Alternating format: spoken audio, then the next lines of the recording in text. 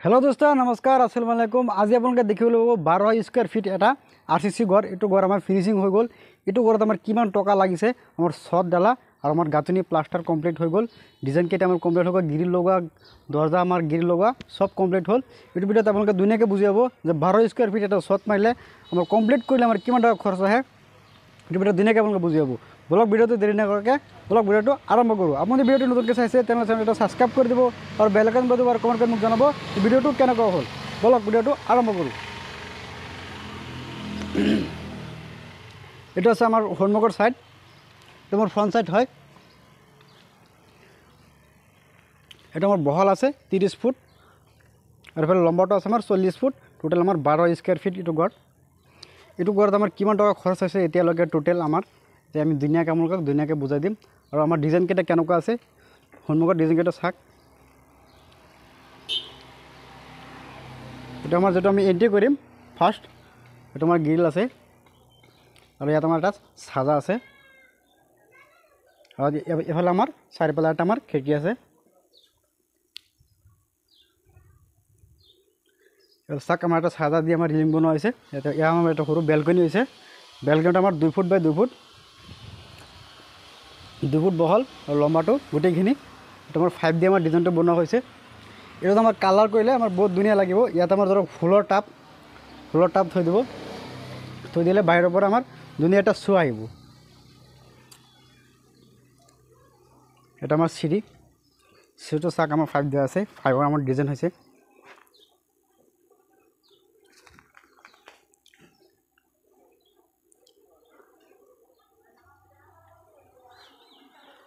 আমি এন্ট্রি করে আসো ভিতরত। এটা হল আমার এটা রুম। এটা এতিয়ালৈকে আমার কাঠৰ কাম চলি আছে। এটা আমাৰ একটা দৰজা উপৰ চাক আমাৰ সিলিং ডিজাইন। আমাৰ চুকত এটা ভীমৰ ডিজাইন আছে সিলিংৰ ডিজাইন।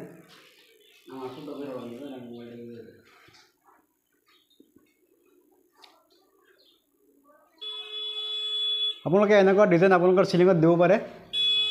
ইয়াত আমাৰ দুটা ফ্যান হ'ব। ফ্যান হ'ব আমাৰ ডিজাইন কাটা হ'ব।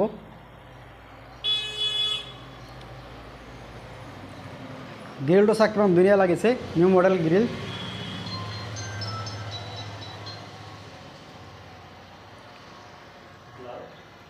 এফালে আমার ওয়ারের কাম চলি আছে। গোটেই ঘৰত আমাৰ এনেকুৱা ডিজাইন আছে।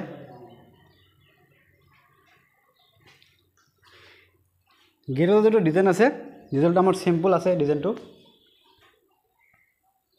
এনেকুৱা সিম্পল বনালে আপোনাৰ খৰচটো কমি আহিব।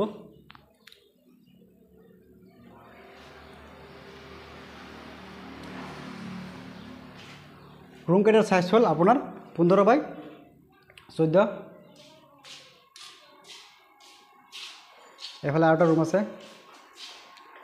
চাক আমার ডিজাইনটো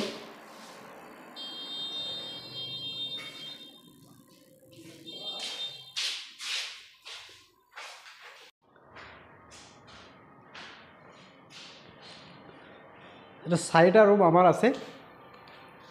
এফালে আরেকটা রুম।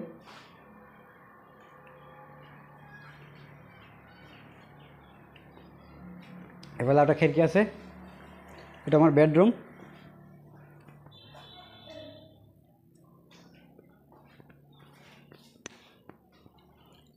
এফালে আমার বাহিৰত যোৱা এফালে আমাৰ বাথৰুম আছে।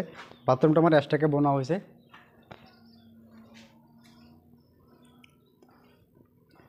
এফালে আমাৰ সিঁড়ি আছে। সিঁড়িৰ তলত এটা একটা বেডৰুম। বেডৰুমেৰ পৰ আপোনালোকে এনেকুৱা আমাৰ সিঁড়ি পাব। সিঁড়িৰ তলত আপোনালোকে এনেকুৱা কিচেন চাক আমাৰ সিঁড়িৰ তলত ধুনীয়াকৈ আমাৰ কিচেনটো বনোৱা হৈছে। ইয়াত আমাৰ বক্স বনোৱা হ'ব। টাইলছ লগোৱা হোৱা নাই, টাইলছটো লগোৱা হ'ব।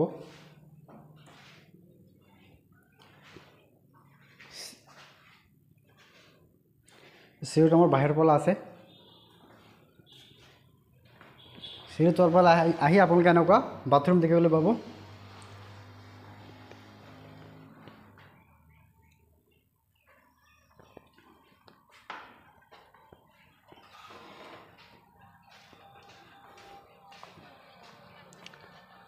এফালে আমার সিঁড়ি আছে, সিঁড়িতে তলামার আছে।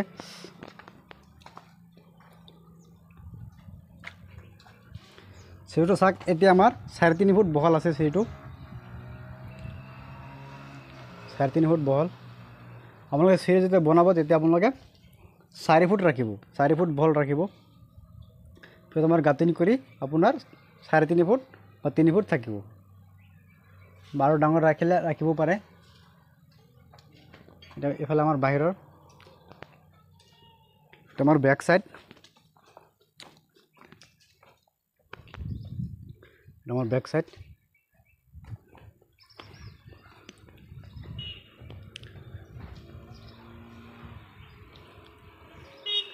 বলে চাওক, আমার যেটো আমার খিড়কির ওপর যেটো সাজা আছে, সাজাটা কিমান ধুনীয়া এটা ডিজাইন হৈছে।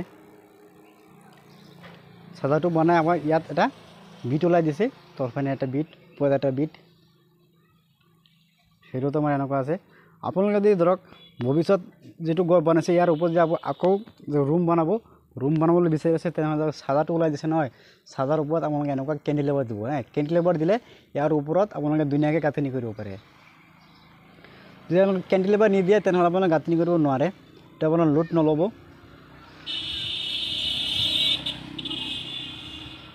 আর পিনটো আপোনালোকে সদায় 3.5 ফুট বা 3 ফুট ওখ ৰাখিবলৈ চেষ্টা কৰিব।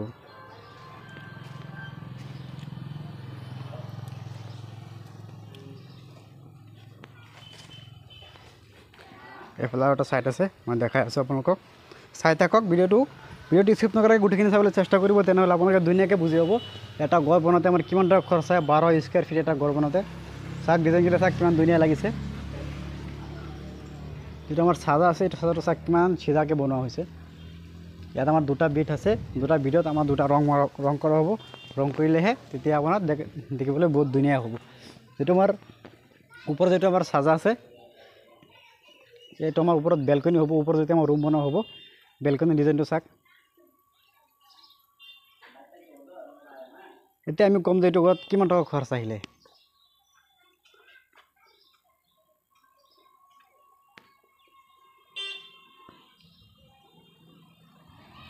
এটা ছট মাৰিলে ছদত আমাৰ খৰচ আহে 11 লাখ টকাৰ পৰা 12 লাখ টকা। এটা আমাৰ ফাউণ্ডেশ্যন লৈহে কথা।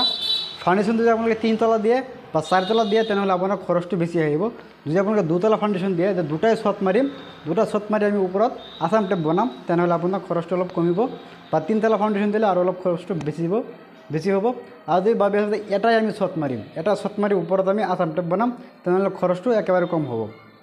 12 স্কোয়াৰ ফিটত এটা ছট মাৰি ওপৰত আছাম টেপ বনালে আপোনাৰ 10 পৰা 11 লাখ টকা আমাৰ ছটত খৰচ হ'ব। আৰু তলত আমাৰ 4টা ৰুম হ'ব, 4টা ৰুম হয়, এটা আমাৰ সিঁড়ি হ'ব। এইখিনি আমাৰ গাঁথনি কৰোঁতে আপোনাৰ 15 লাখ টকা যাব। 15 লাখ টকাত আপোনালোকে নৰ্মেল এটা ফিনিচিং দিব পাৰিব। এইটো আমাৰ 2 তলা ফাউণ্ডেশ্যন আছে, 2 তলা ফাউণ্ডেশ্যনত আমাৰ অলপ খৰচটো অলপ বেছি হৈছে। এইটোত আমাৰ 18 লাখ টকা খৰচ আহিছে। এইটো আমাৰ গোটেইখিনি কাম কৰোঁতে আমাৰ এতিয়ালৈকে এইটো আমাৰ 12 স্কোয়াৰ ফিট ঘৰ, 12 স্কোয়াৰ ফিট ঘৰত আমাৰ 18 লাখ টকা টোটেল খৰচ আহিছে। আই হোপ মই কোৱা কথাখিনি আপোনালোকে ধুনীয়াকৈ বুজি পাইছে।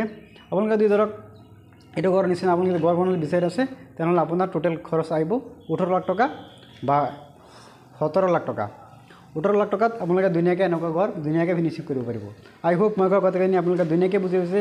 ভিডিঅ'টো ভাল লাগিলে চেনেলটো ছাবস্ক্ৰাইব কৰি দিব আৰু বেল আইকন বজাই দিব আৰু কমেণ্ট কৰি মোক জনাব ভিডিঅ'টো কেনেকুৱা হ'ল। আপোনালোকে যদি আছাম টেপ ঘৰ বা RCC ঘৰ বনাবলৈ বিচাৰি আছে, তেনেহ'লে আমাৰ লগত কণ্টেক্ট কৰিব পাৰে। আমাৰ ডিছক্ৰিপশ্যনত আমাৰ হোৱাটছআপ নম্বৰ দিয়া আছে, আপোনালোকে কণ্টেক্ট কৰিব পাৰিব। বা কিবা জানিবলৈ হ'লে যে কিবা এটা বুজা নাই বা ঘৰৰ বিষয়ে আপোনালোকে এনি কুৱেশ্যন আমাৰ কমেণ্ট বক্সত কৰিব পাৰে। কমেণ্ট বক্সটো খালী আছে আপোনালোকৰ কাৰণে, আপোনালোকে কমেণ্ট কৰিব। কমেণ্ট কৰি আপোনালোকে ঘৰৰ বিষয়ে যিকোনো বিষয়ে আপোনালোকে কথা এটা জানিব বিচাৰিলে আপোনালোকে কমেণ্ট কৰিব পাৰে। আমি আপোনাৰ কমেণ্টটো দিবলৈ চেষ্টা কৰিম। ভিডিঅ'টো চোৱাৰ কাৰণে আপোনালোকক বহুত বহুত ধন্যবাদ। ভিডিঅ'টো চাই ভাল লাগিলে চেনেলটো ছাবস্ক্ৰাইব কৰি দিব আৰু বেল আইকন বজাই দিব। ভিডিঅ'টো ধন্যবাদ, থেংক ইউ।